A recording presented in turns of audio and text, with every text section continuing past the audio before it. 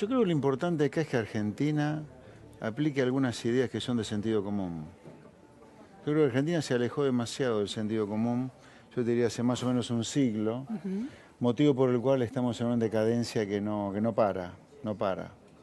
Y nos seguimos repitiendo en el error. Mirá, Argentina acaba de firmar con el gobierno de Macri el acuerdo número 27 con el Fondo Monetario. El número 27 en la historia de la Argentina. En 50 años. El primer acuerdo lo firmó en 1968. Sí. Bueno, Argentina con Macri firmó el número 27, lo cual demuestra que venimos de medio siglo de fracaso, porque cuando uno llega a firmar un acuerdo con el fondo, evidentemente su programa económico fracasó. Así que venimos de medio siglo de fracasos y eso es como consecuencia que no paramos de hacer algo que está mal. Y en materia estrictamente económica hay otros planos en los cuales también estamos haciendo mal las cosas, más allá de Macri, Cristina, etcétera. Pero en materia económica Argentina tiene todo para venderle al mundo y sin embargo vive obsesionada con protegerse de lo que viene de afuera. Argentina tiene que ponerse a venderle cosas al mundo. Sí. Dame un minuto más que termino con las ideas centrales económicas, ¿no? Hay otras. Tiene un Estado de un tamaño que a todos los que están en blanco, a toda la gente de trabajo, a vos, a los chicos que están detrás de cámara, a todos los periodistas de esta gran mesa, el empresario pyme, el cuentapropistas, el monotributista, vive para pagar impuestos. Y por sobre todas las cosas lo enloquecen las regulaciones. Y finalmente tenemos un sindicalismo que no le sirve al trabajador. José Luis, tengo muchas preguntas a partir de lo que decís. Sí. Hablemos del Estado, de este Estado que vos estás cuestionando. Sí. ¿Cuál debería ser, en tu perspectiva, en este sentido común, que te digo que existen varios sentidos comunes disputándose, digamos, el ranking de preferencias de la gente? Pero en Argentina no debería haber mucha discusión. ¿Cuál es el sentido común en hacer. relación al rol del Estado, según tu perspectiva? El Estado primero no es una agencia de empleo ni de subsidios. Hoy está dedicado a eso esencialmente. Es una agencia de empleo y de subsidios. Subsidios de tipo social, subsidios económicos y agencia de empleo esencialmente en las provincias. No está para eso el Estado. El Estado está para prestar bienes públicos, que significa devolverle a la gente la plata que pagó de impuestos en algo. Uno no paga impuestos contra nada, o la gente debería entender que los impuestos se pagan contra algo, no es contra nada. No es que el político tiene que decir, yo paguen impuestos, y después decido yo qué les doy, si se los doy. No. Hay que pagar impuestos contra algo. Eso es lo que tiene que entender la gente. ¿Los bienes públicos cuáles son? Bienes que ningún privado los proveería. O si los proveería de manera muy ineficiente. Por ejemplo, la diplomacia, la seguridad, la defensa exterior, por eso hay Fuerzas Armadas, la justicia.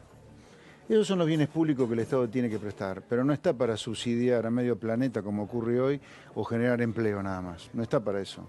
Ahora, hay un Estado que tiene una X cantidad de empleados públicos, un Estado nacional de más de 700.000 empleados públicos. ¿Cuál es tu propuesta en relación al achicamiento de esa plantilla de empleados? Bueno, a ver, a nivel nacional hay 700.000. A nivel municipal hay cerca de 500.000. Y a nivel provincial hay más de 2 millones de empleados públicos. Sí. Si uno suma los 3 niveles de gobierno, nación, provincias y municipios, tenés aproximadamente 3.600.000 empleados públicos. Con la mitad te arreglás para prestar bienes y servicios públicos. Entonces vos decís, ¿sobran 1.800.000? Déjame terminar, por favor. ¿Sobran? Sí, claro que sobran. Primero, hay que entender, son una estafa para los buenos empleos públicos. Porque hay empleos públicos que tienen que estar, porque hay servicios que hay que prestar. Segundo, son una estafa para el contribuyente. ¿Por qué la gente tiene que pagar impuestos para gente que no hace nada en el Estado? Entonces, ¿hay que echarlos? Sí, claro. Ahora, vamos a decir, el primer día decir basta, 1.800.000, no. Porque hay 10 millones de otras cosas que hay que hacer en paralelo, que son una reforma laboral muy agresiva, hay que abrir la economía al comercio, hay que hacer un montón de reformas estructurales tan grandes que hay que hacerlas todas en paralelo y de manera gradual. ¿Sabes por qué nos cobran tantos impuestos? Argentina está en el podio de los países que cobran más impuestos a las empresas, según el Banco Mundial, y estamos entre los 20 países que más cobran a las personas. El motivo es que tenemos que financiar un Estado inmenso e ineficiente. Hasta comienzos de los años 40, el gobierno nacional tenía solo 8 ministros y 50 direcciones. Casi todo el gobierno entraba en la Casa Rosada. El gasto público no llegaba al 10% de la producción nacional, y por eso los impuestos eran muy bajos. En la presidencia había solo 23 personas, computando al presidente, al vice, 12 decanes, un chofer, el secretario privado y algunos empleados administrativos. Cuando Perón llegó al poder con el golpe militar del 43, todo cambió. Se inició la gran raviolada. El primero fue la Secretaría de Trabajo y Previsión, con categoría de ministerio, ocupada por el propio Perón, quien cuando llegó a presidente se convirtió en un verdadero cocinero populista. Creó 5 nuevas secretarías y una que dependía directamente de él, la Secretaría de Inteligencia del Estado, la famosa CIDE. Más tarde crearon las demás. Con la Constitución del 49, eliminó el tope de 8 ministerios y Perón elevó la cantidad a 19. La Revolución Libertadora los redujo a 16 y la reforma del 57 volvió al límite original de 8 ministerios. Para cumplir, Frondizi transformó los ministerios en 12 secretarías y les agregó subsecretarías. Entonces pasamos a tener 5 niveles: presidente, ministros, secretarios, subsecretarios y directores nacionales. Como dice una de las leyes de Parkinson sobre la burocracia, por cada nuevo raviol creado, nacen como mínimo otros 2 debajo de él. Si se amplía la cúpula, inevitablemente se amplía la base de la pirámide.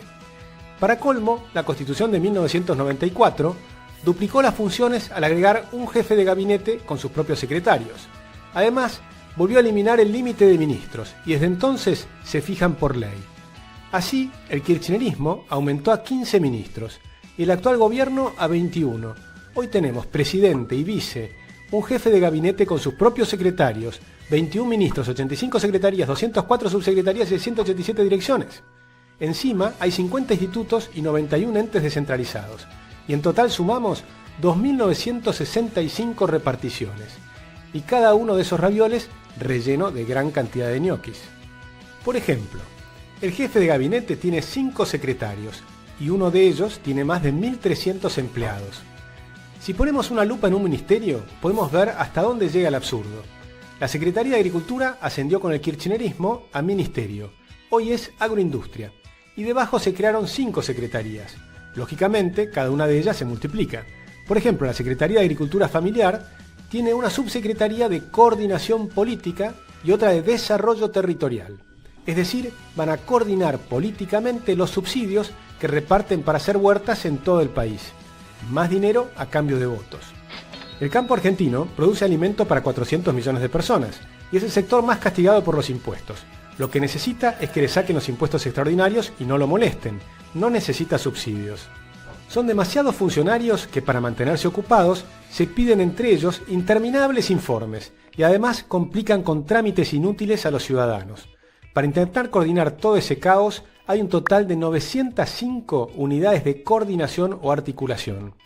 En definitiva, un montón de ravioles rellenos de ñoquis que convierten al Estado en un gran masacote. Y es peor en provincias y municipios, donde los empleados y el gasto público han crecido aún más rápido. En la ciudad de Buenos Aires, acaban de contratar una consultora para la inclusión social de las mascotas. Y en Lanús, han hecho un hospital gratuito para perros y gatos. Así, el Estado benefactor se expande a las mascotas, cuando todavía no logra darle una atención adecuada a la salud de las personas. Así llegamos a un récord inigualado. En nuestro país hay 20 millones de personas que reciben mensualmente un pago del Estado y solo 8 millones que trabajan en el sector productivo formal. Por eso necesitan exprimirnos como limones con 96 impuestos distintos.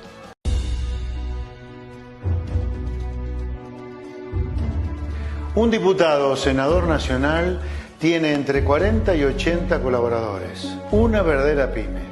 Por si fuera poco, en la última década se incorporaron al Estado 1,5 millones de personas solo para militar, no para brindar bienes y servicios públicos. ¿Cómo no despedirlos? ¿Cómo no echarlos? Son una verdadera estafa al buen empleado público y al que paga los impuestos, o sea vos. Es hora de despertar.